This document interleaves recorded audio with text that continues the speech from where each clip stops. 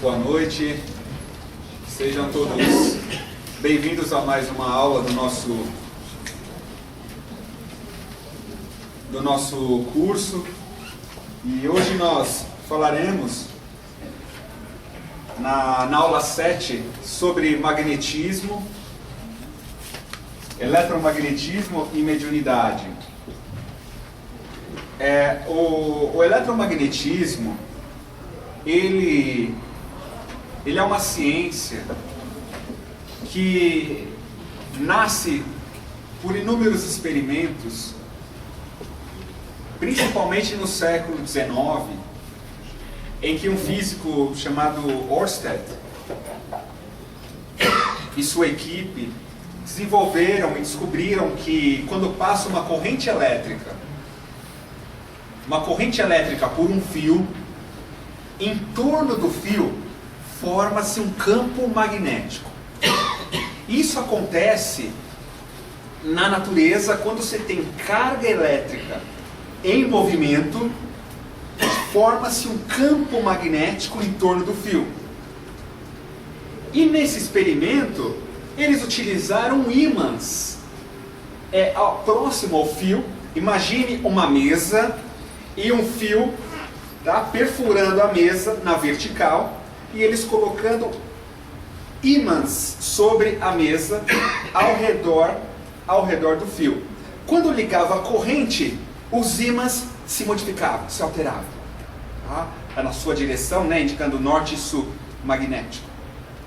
Então aí que eles tiveram a percepção de que alguma coisa se forma em torno do fio quando se passa uma corrente. E aí foi quando o físico Michael Faraday, ele conseguiu enunciar as equações e compreender que a corrente elétrica ou carga elétrica em movimento gera um campo magnético. Então esse vai ser um aspecto muito importante para nós, sobre a mediunidade, e é onde André Luiz puxa uma grande analogia para nós, dizendo que a corrente mental, ela é constituída de cargas elétricas. Então nós falamos nos nossos últimos estudos sobre a corrente mental, sobre os elétrons. O elétron tem carga negativa. Então quando o elétron percorre, forma-se um campo magnético em torno desse fio. Se esse elétron está passando em mim ou em nós, esses elétrons vão constituir também um campo magnético. E aí aqui no Mecanismos da Mediunidade eu achei muito curioso, porque ele diz, no capítulo 8 aqui, que a corrente mental também constituída por elétrons, só que é, digamos que, imperceptível para nós aqui, por enquanto medindo no plano físico. Mas mas a natureza é a mesma, ou seja, os elétrons. Então no momento em que nós recebemos uma corrente mental de uma entidade ou de alguém que está pensando, ou estamos numa comunicação, essa corrente, no caso da entidade comunicante, a corrente mental dela passa por nós, e é onde nós temos o fenômeno eletromagnético, porque a corrente mental, ela vai gerar em torno dela o quê? Um campo magnético parecido com o fio. Isso é interessante, porque o tema aqui, ele começa esse capítulo falando da mediunidade estuante. Por que alguns têm facilidade para dar uma comunicação, digamos, já tem uma mediunidade aflorada, outros não têm mediunidade aflorada? Como isso acontece nesse campo magnético, dentro do psiquismo de cada um? Como isso se dá? Ele começa dizendo que os metais, principalmente cobre, prata, ouro, alumínio, o próprio ferro, eles possuem elétrons livres e eles são facilmente destacáveis do átomo. Então por que o ferro conduz eletricidade? Porque ali no ferro nós temos elétrons livres, né, que constituem ele ali, e esses elétrons fluem com facilidade, são facilmente deslocados de um átomo para o outro. Aqui um exemplo, nós temos um fio condutor, tá? No caso o cobre, por exemplo, e se você fosse observar os átomos, aqui um modelinho, nós temos alguns elétrons aqui representados em verde, essas bolinhas verdes seriam os elétrons, e por ser de cobre, por ser um metal, ele tem elétrons livres. Então alguns elétrons ficam zanzando de um átomo para o outro, naturalmente, e quando se aplica uma tensão elétrica, quando aplicamos uma diferença de potencial, estes elétrons vão se moverem, se movimentarem. Então aqui representada por setinhas amarelas, temos a representação de uma corrente elétrica. Então a corrente, os elétrons se movendo da direita para a esquerda. Então o metal conduz corrente elétrica facilmente, enquanto o vidro ou o próprio isolante de PVC aqui não possuem elétrons livres. Quando o material é isolante elétrico, como a borracha, não possui elétron livre, então ele impede que a corrente elétrica passe e ele não conduz. Já o ferro sim.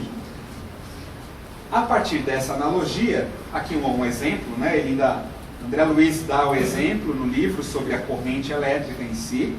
Se você pudesse enxergar, veriam os elétronzinhos fluindo no condutor, e aí nós temos aqui a corrente elétrica circulando. Aí ele diz assim: aqui temos a imagem das criaturas dotadas de mediunidade estuante, ou seja, né, mais intensa, né, e espontânea, mediunidade estuante e espontânea, nas quais, esse grifo é nosso, a sensibilidade psíquica se deixa transpassar naturalmente pelas irradiações mentais afins, reclamando educação adequada para o justo aproveitamento dos recursos de que são portadores. Sensibilidade psíquica se deixa transpassar naturalmente. Nesse caso, ele faz uma analogia, mesmo que ocorre com os materiais condutores, material condutor, que permite a passagem naturalmente da corrente elétrica, ele faz uma analogia com aqueles de nós que possuímos uma mediunidade mais aflorada, ou seja, a irradiação mental de espíritos afins, ela transpassa naturalmente. Então é uma sensibilidade psíquica, ou seja, aquele que é médium mais ostensivo, tem uma mediunidade ou outra mais pronunciada, ele possui uma sensibilidade às irradiações mentais afins. Quando falamos sensibilidade psíquica, é pensarmos na sensibilidade às irradiações mentais afins. Digamos que acaba sendo um sensor um pouco mais aguçado, de forma naturalmente sentir e perceber as irradiações mentais. Que tipo? As que são afins, porque é a lei de sintonia. Lei de sintonia. As afins. Principalmente no nosso estado, que seja um estado emocional que estivermos naquele dia, naquela hora, etc. Então André Luiz, ele continua e diz: reclamando educação adequada para o justo aproveitamento dos recursos de que são portadores. Então essa mediunidade estuante, ele é um recurso. Então o indivíduo que possui essa mediunidade mais aflorada, isso na verdade ela é portadora de um recurso e que necessita ser aproveitado para o processo evolutivo dela. Nesse sentido, ele linka a mediunidade com a educação. Por quê? A educação ele se refere justamente nesse ponto de afinidade.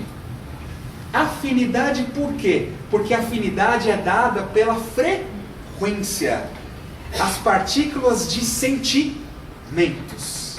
Sentimentos darão a frequência dessas irradiações mentais do médium, ou nossa, porque todos somos médiums, em especial daqueles que têm a mediunidade mais estuante, porque ele vai sentir com facilidade a corrente mental das entidades que podem estar em volta. Então, por sentir as correntes mentais, as irradiações mentais dos que estão em volta e perceber-se, não estou passando bem. Então, ali ele já percebe qual é a sintonia daquele instante que está ocorrendo. É uma possibilidade. Isso auxilia no processo de autoeducação. Porque o indivíduo consegue, quando reencarna com essa vida mais estuante, ele tem a maior possibilidade de perceber que tipo de radiação mental está sendo projetada por ele mesmo e dar sintonia às entidades que se aproximam. É um recurso educativo esse tipo de mediunidade. É onde facilita-se ainda um pouquinho além do autoconhecimento. Conhecereis a verdade e a verdade o libertará. Que verdade?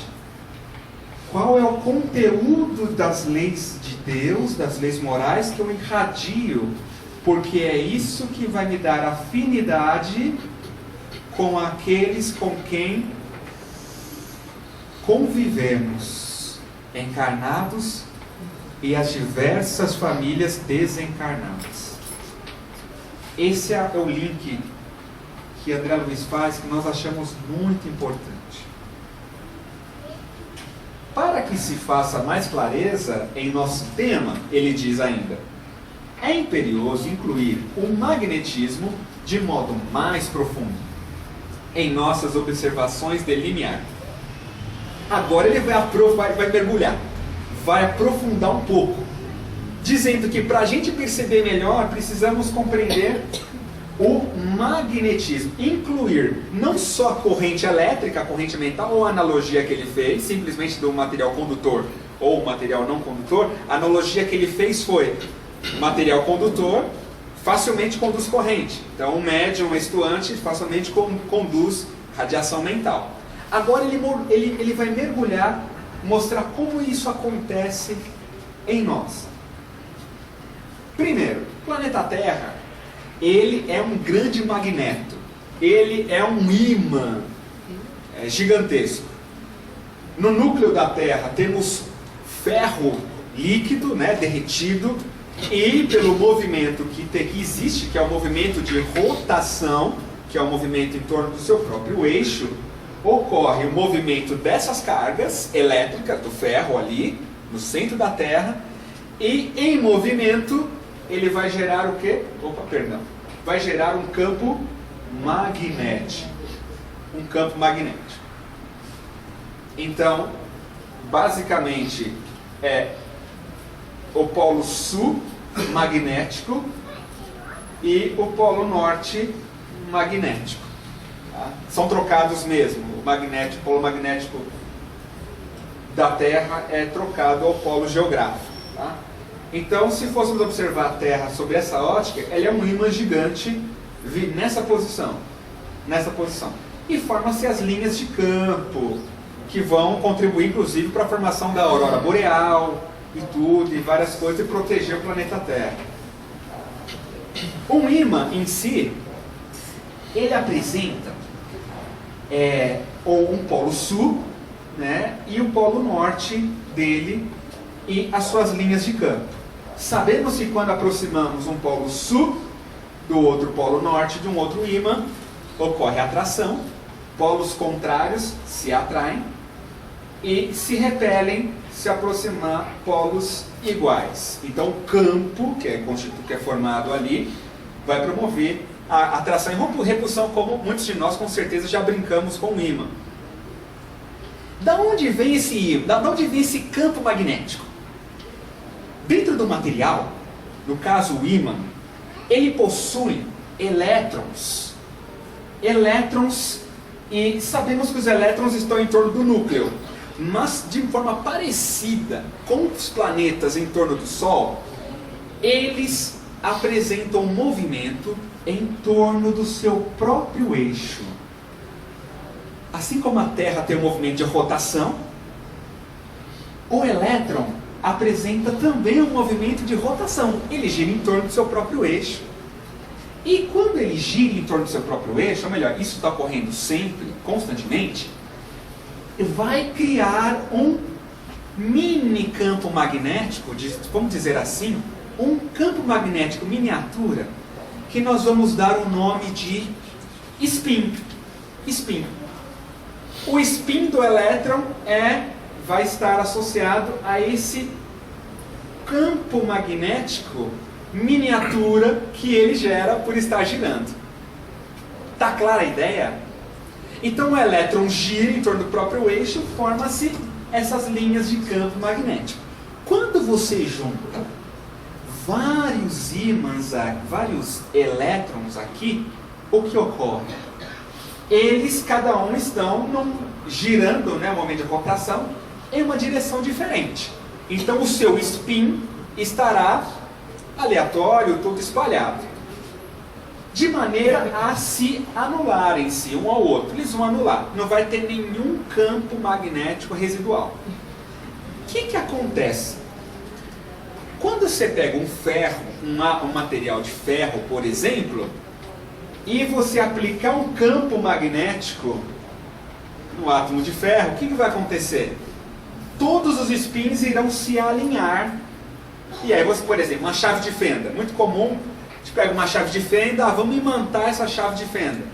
Nós pegamos um ímã, passamos um ímã, né, na parte metálica da chave, e ela fica imantada. Por quê? Porque os spins daqueles elétrons vão ficar orientados na mesma direção do campo que você aplicou. Aí André Luiz diz assim: surpreendemos no ferromagnetismo um ponto expressivo para o estudo da mediunidade. Um ponto bem expressivo. E aqui lembremos desse spin. Perceberemos nas mentes ajustadas aos imperativos da experiência humana, mesmo naquelas de sensibilidade mediúnica normal, ou seja, criaturas em que os spins da atividade espiritual se evidenciam necessariamente harmonizados. Ele está dizendo aqui, eu já vou contando, nós já vamos continuar, que as pessoas com sensibilidade mediúnica normal, digamos assim, esse normal que ele se refere é a sensibilidade mediúnica, digamos assim, como em geral, não é a estuante, mediunidade em geral, apresentam spins magnéticos da atividade espiritual e se evidenciam necessariamente harmonizados. Então eles estão se neutralizando, como na figura anterior. Vejamos, então, na situação de uma mediunidade comum, normal, os spins estão em direções, né, aleatórias e tudo, não tem um alinhamento. Então o campo magnético é menor, mais reduzido. Evidenciam necessariamente harmonizados, presidindo a formação dos domínios ou ímãs diminutos do mundo íntimo em processo de integração, através do qual o campo magnético se mostra entrosado às emoções comuns. Nesse caso é o caso comum, em que o indivíduo não tem uma mediunidade ostensiva, a mediunidade dele ele é o, né, no caso, normal. Então esse campo magnético é menor, é de intensidade mais baixa. Não baixa de ruim, mas uma intensidade mais baixa. E isso vai estar mais associada às emoções comuns. Então quando a gente tem alguma emoção comum, né, passa no vestibular ou está assistindo um filme e fica emocionado, ali tem toda uma mudança também do que? Desse campo magnético, né, natural nosso. Aí ele vai dizendo, aí ele continua. Nas organizações mentais, aqui que é importante, nas organizações mentais, em que os spins, ou efeitos magnéticos do pensamento, aparecem descontrabalançados, as propriedades magnéticas patenteiam teor avançado, tanto maior quanto mais vasta descompensação, plasmando condições mediúnicas variáveis por exigirem o auxílio de correntes de força que lhes ofereçam o necessário equilíbrio. André Luiz, com essa frase, ele quer dizer o seguinte: quando os spins magnéticos do pensamento do indivíduo, esses spins apresentam o que, quando eles estão descontrabalançados, vamos lembrar do átomo de ferro, da chave de fenda. O ferro é um material que tem ali os spins também e são facilmente alinháveis. Eu coloco um ímã na chave de fenda, consigo alinhar os spins e ele fica magnetizado. É como se a chave de fenda fosse um ímã. Parecido. Aí ele faz essa analogia e ainda mostra que no caso desses spins magnéticos do pensamento, quando estão nessas condições, as propriedades magnéticas patenteiam teor avançado. Ou seja, é uma capacidade magnética das partículas mentais que como elas estão, tem esse descontrabalanceamento, é possível alinhar ainda mais. E é onde a pessoa tem um campo magnético mais avançado.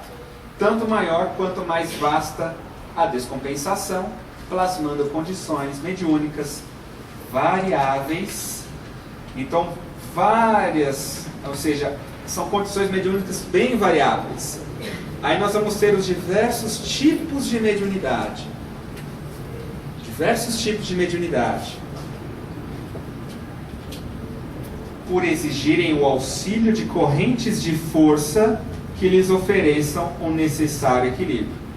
Então, correntes de força que lhe forneçam o necessário equilíbrio. Se o médium ele tem mediunidade ostensiva, ou seja quais forem, ele não trabalha, ou seja, não há oferecimento de correntes de força para lhe dar equilíbrio, correntes de força para lhe dar o equilíbrio necessário, o que acontece é onde nós passamos mal, tá? Entramos também em desequilíbrio. Por quê? Porque esses spins magnéticos necessitam de uma compensação, e para se compensarem é onde entra uma entidade, é onde ele está no trabalho sério, e as capacidades, a aplicação dessa faculdade vai se dar, e haverão justamente as correntes de força que lhe darão equilíbrio. Seja na psicofonia para alguns, outros na psicografia, outros tantos no exercício da própria intuição, outros tantos na clarividência, e aí vão se especificar, nas próximas aulas serão detalhados cada um dos tipos. Mas onde está a origem de cada uma dessas faculdades? Nesse aspecto aqui os spins magnéticos, né? Ou seja, eles oferecem uma maior capacidade magnética, necessitando de compensar. É como se fôssemos, nesse caso, um ímã, que ele está com a entidade aflorada, como se fosse um ímã, necessitando de uma compensação magnética para ocorrer o justo equilíbrio. Ou seja, como o ímã tem o polo norte e sul, né? Para se compensar, precisa de um outro ímã, pum, aí compensou. Aí compensou o campo magnético. Então imaginemos que seja aqui um médium encarnado e uma entidade no trabalho sério que a pessoa desenvolve. Então aí vai ter a compensação magnética, porque você consegue compensar esses campos. E é onde a corrente mental consegue fluir com naturalidade. Então o André Luiz ele apresenta isso. No capítulo seguinte ele fala sobre cérebro e energia, que nós veremos provavelmente próxima semana. Mas ele interrompe aqui essa parte deste capítulo, mostrando para nós que nós temos campo magnético. E esse campo magnético necessita ser compensado por meio para que nós possamos ter um equilíbrio. Um equilíbrio.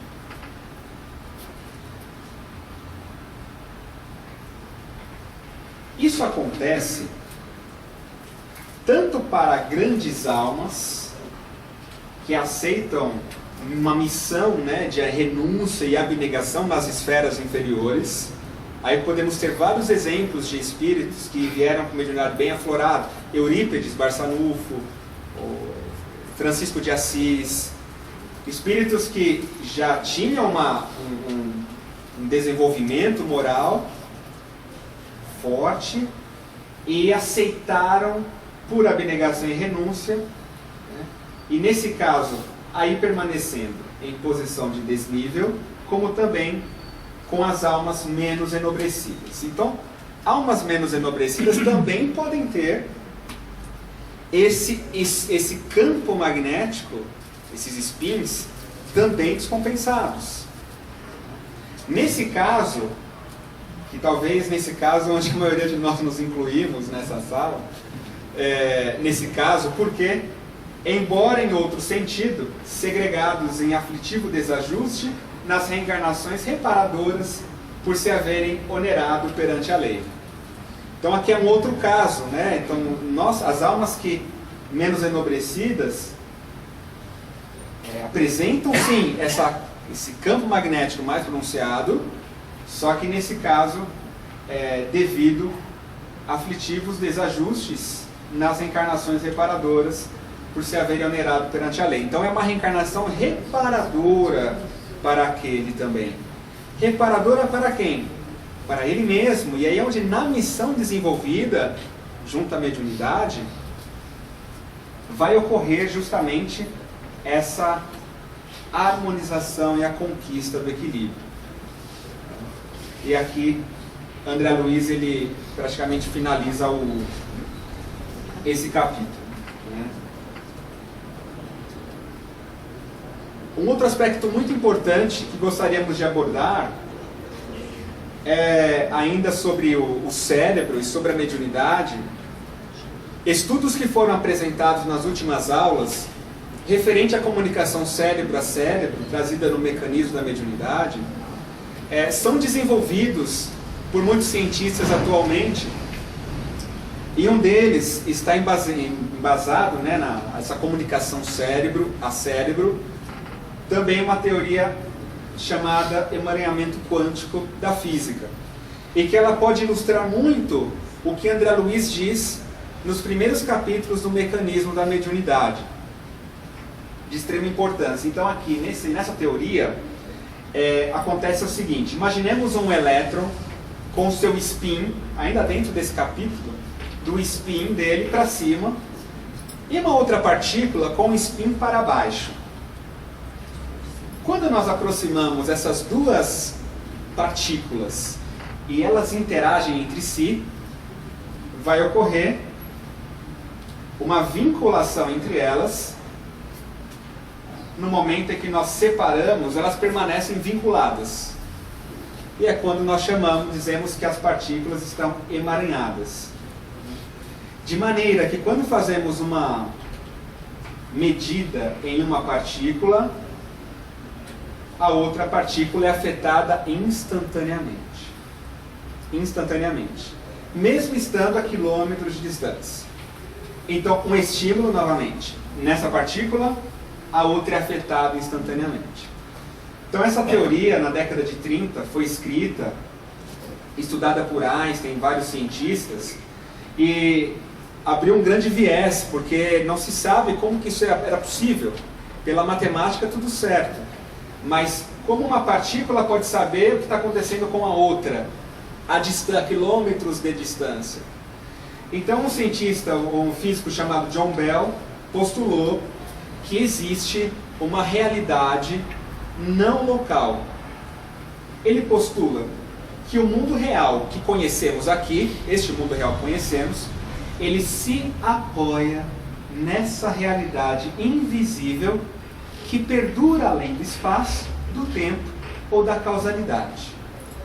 Então ele postula que existe uma realidade não local, uma realidade que ela é base para o mundo real que conhecemos agora. E aí, voltando, quando fazemos esse experimento dos elétrons com spins assim, eles interagem, quando afastamos, eles permanecem vinculados por causa dessa realidade não local, que ele postulou, e pela matemática tudo certo. Esta realidade não local é que sustenta os dois sistemas, os dois elétrons se manterem vinculados. Então, se eu medir um elétron aqui, o outro vai ser afetado. Muito parecido, inclusive, com o que sabemos sobre o fluido cósmico universal. Parecido. Em 1994, alguns neurocientistas e físicos realizaram um experimento posicionando pares de pessoas em estado de meditação e com emissão de pensamentos um para o outro durante os 15 minutos de meditação. Segunda etapa, eles foram separados e envolvidos em salas diferentes, totalmente blindadas, que impediam qualquer entrada de ondas magnéticas ou eletromagnéticas. Monitoraram com eletroencefalograma as duas, os 7 pares de pessoas. Em uma delas apenas, emitiram 100 flashes de luz, de forma aleatória. Houve alteração no EEG desse indivíduo.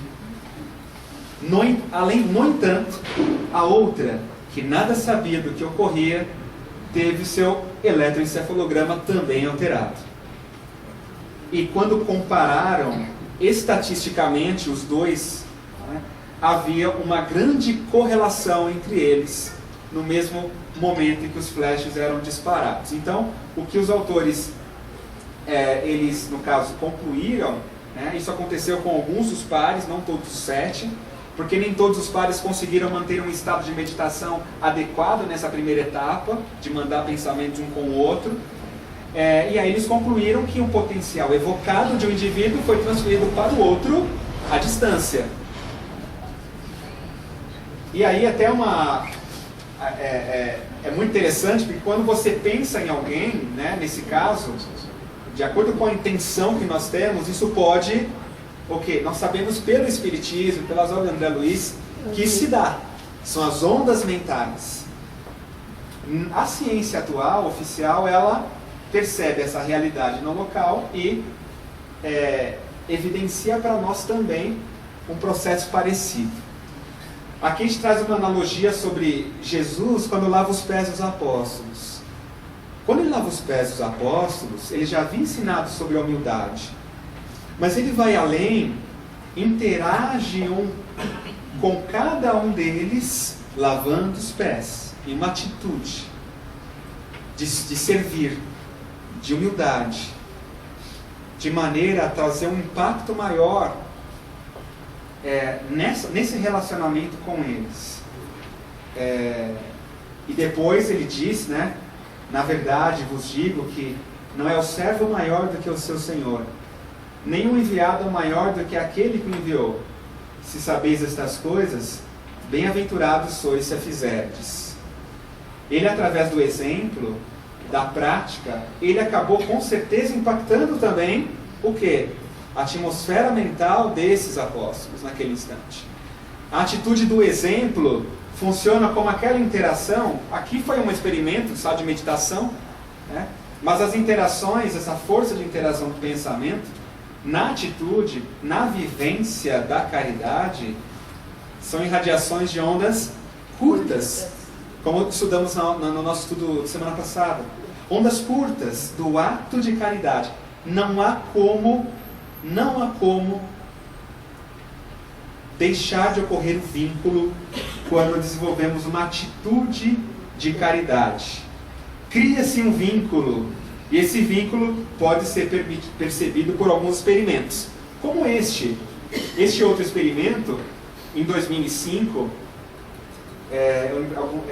cientistas, né, de universidades norte-americanas também, eles desenvolveram um estudo com 11 pares de pessoas, de forma que havia um médium em cada uma delas, e pediu para cada médium levar uma pessoa que tivesse vínculo afetivo, uma proximidade maior. Sendo que ele deveria emitir pensamentos por 2 minutos e desligar, né, ou seja, não emitir por 2 minutos, 6 vezes cada um, em intervalos aleatórios, conforme os autores, os pesquisadores sortearam para cada médium. Então, enquanto o médium iria irradiar, né, um pensamento de cura, o receptor, com quem ele tinha um vínculo de afeto, não sabia o que ia ocorrer e foi submetido à ressonância magnética funcional durante a emissão e sem emissão de pensamento. Médiums, no caso, né, eles chamam healer, pessoas que desempenhavam trabalhos de cura à distância, por exemplo. E aí nisso, durante esse experimento, os receptores eram monitorados e foi realizado para cada um deles a ressonância para verificar quais eram as áreas cerebrais que estavam com maior atividade durante a emissão do pensamento do médium. Então, nesse estudo eles percebem que 3 áreas foram as principais que tiveram maior ativação durante a emissão de pensamento. Somente quando eles recebiam o pensamento de prece, a cura, etc. Né? Uma foi o frontal, né, que é uma área responsável pelo julgamento, decisão, essa parte de controle da informação. Uma área do sistema límbico associada no caso, ao giro do símbolo, né? E a outra região com grande ativação foi a área dos prefônios, que está associada à autorreflexão, consciência. Então, enquanto eles recebiam o pensamento, onde eles tiveram essas áreas mais ativadas.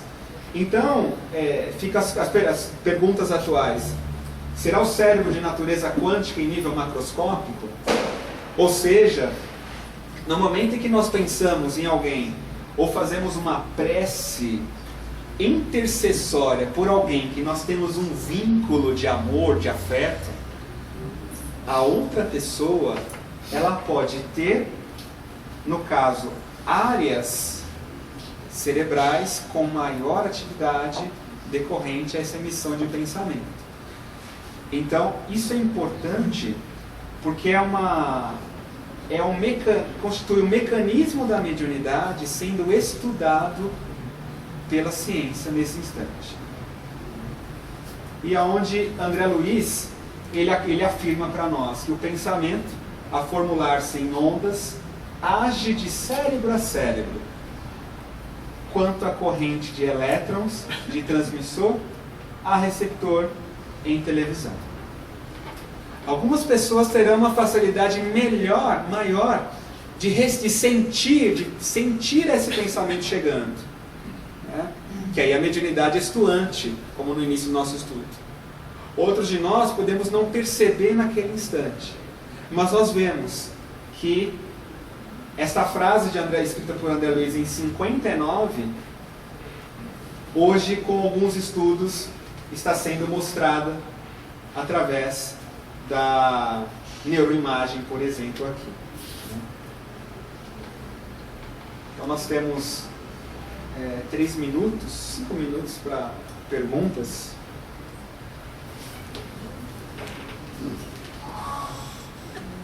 Na verdade, 3 minutos.